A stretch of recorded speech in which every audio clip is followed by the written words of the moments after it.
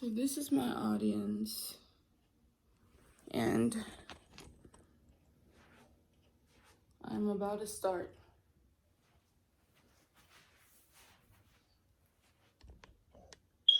Okay.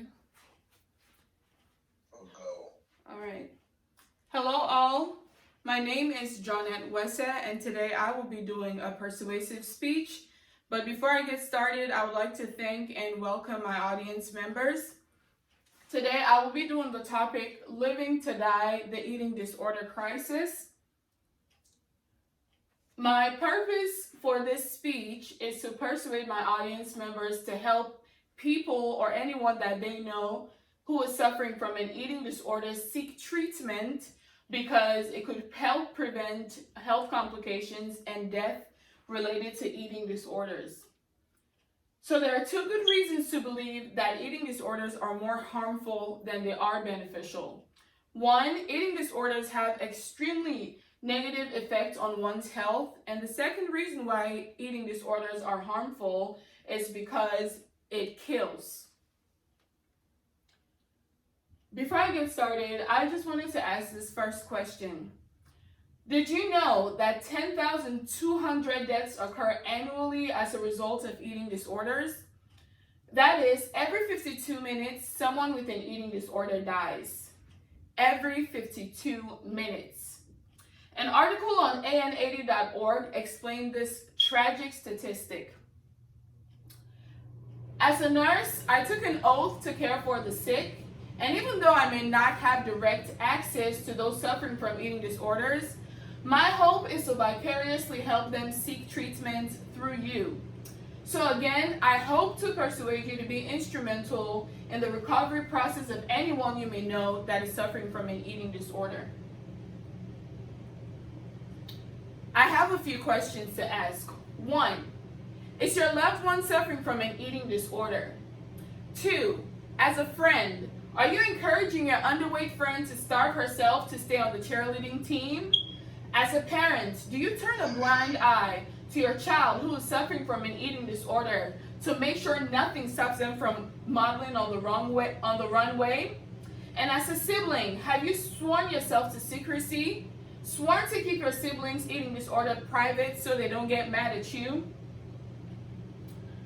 You are doing more harm than good, because an eating disorder is not something that is meant to be kept under covers. What an eating disorder is not. I decided to start with describing an eating disorder by eradicating what an eating disorder is not, because unfortunately there is a lot of stigma attached to eating disorders, and there is a lot of misunderstandings attached to eating disorders. 1, an eating disorder is not just a phase. It is not something that somebody just wakes up from one day and starts or just recovers from. 2, an eating disorder is not a temporary weight loss regimen to get and stay in the gymnastics or cheerleading team. An eating disorder is an actual psychiatric issue. So 3, an eating disorder is not a female thing. Men also develop and suffer from eating disorders. According to Marisol, a website that was released in 2018, they did state that about 10 to 15% of people who suffer from eating disorders are men. So now I'm going to defining the types of what an eating disorder is and the types of eating disorder.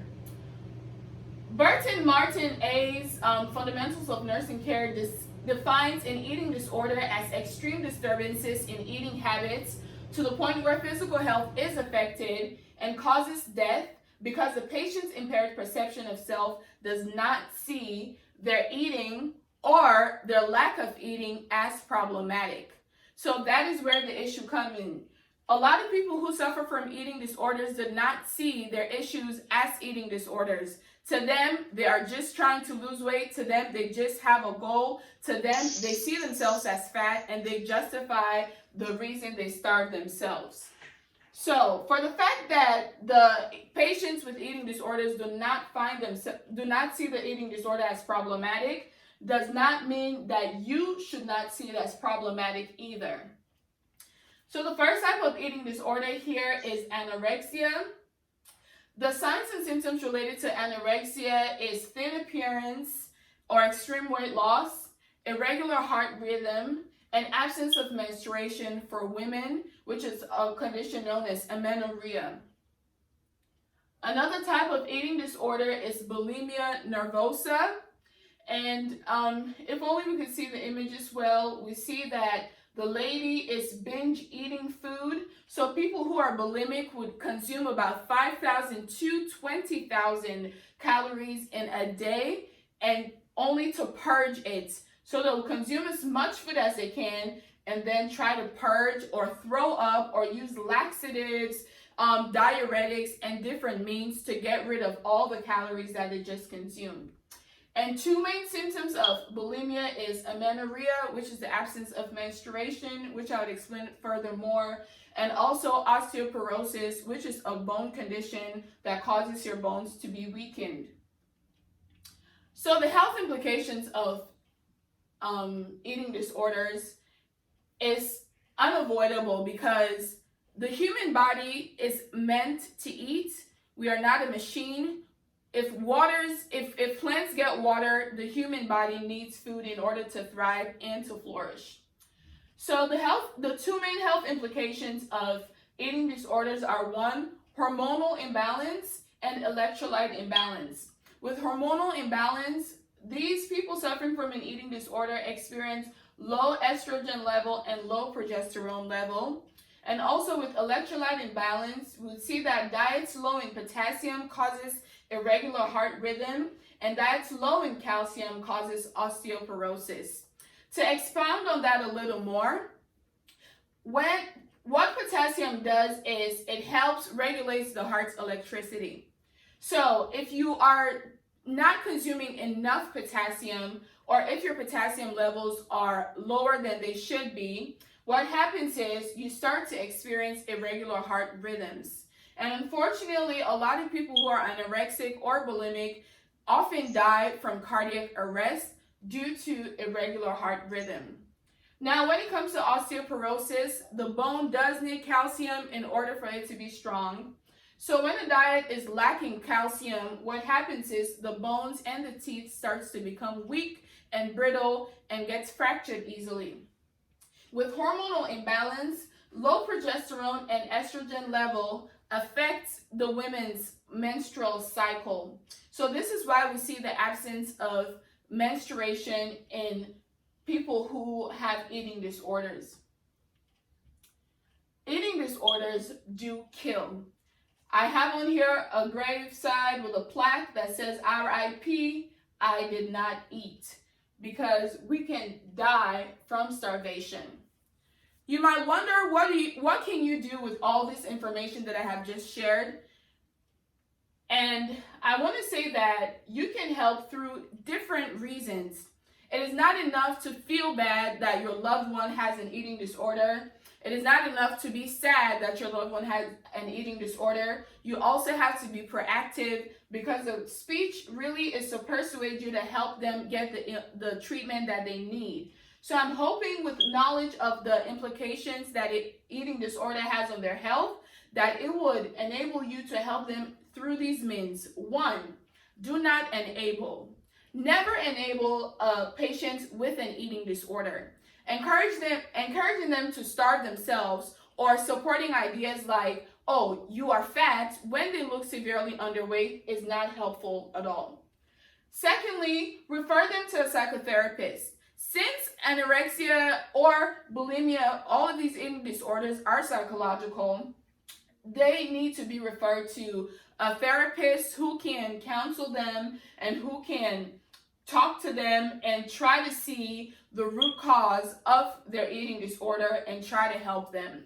Another way you can also help is to refer them to an inpatient rehabilitation, because in these settings, what happens is they are within a rigid system that makes sure and ensures that they stick to dietary plans, that they stick to healthy eating in order to prevent them from dying. Also, you can help by letting this patient know that you are worried about them. Because oftentimes when it comes to addiction, a lot of people would not have the motivation to seek help for themselves, but when they see how much their addiction is affecting the next person, what happens is they could most likely get convicted and try to seek help, not just for their sake, but for the sake of their children and their loved ones. Also, the final thing you can do is you can let them know that they can be cured. An eating disorder is not incurable. It is only incurable after the patient is deceased, but treatment, electrolyte replacement, fluid replacement, hormonal replacement, all of these things and treatments and dietary plans can actually heal or create a treatment plan for patients with eating disorder to be better.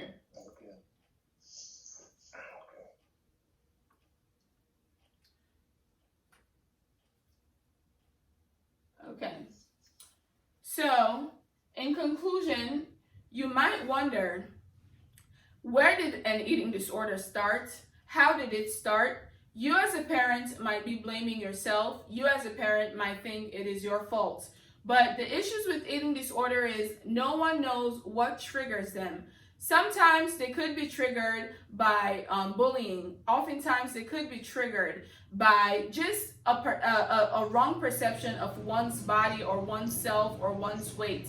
So it is up to us, especially if we start to see that someone is going to the route of developing an eating disorder, it is up to us to recognize the signs and symptoms so that we would intervene before it is too late. The signs and symptoms were provided by Mayo Clinic, which is a well-established medical website that we can find on Google at mayoclinic.org. They gave the signs and symptoms of anorexia, and they have more information on there. There are lots of resources that we can use to educate ourselves so that we can educate others, so that we can all come together and help those who are suffering from eating disorders. Well, I hope that I was able to persuade you today. Remember, better late than never, but never late is better. So help that person suffering from an eating disorder today. Stop postponing it. Don't say it is just a phase. Don't say they'll get over it. Don't say because she's a girl, she will grow out of it. It is a psychological disorder, and we need to help them because they cannot help themselves. I want to thank you all for coming on to my speech. I hope that this will just convict you to reach out to as many people as you can, especially those who you already know are suffering from eating disorders, especially like anorexia and nervosa and bulimia nervosa. Help them seek help because they need it. So I just want to thank you all once more. Goodbye.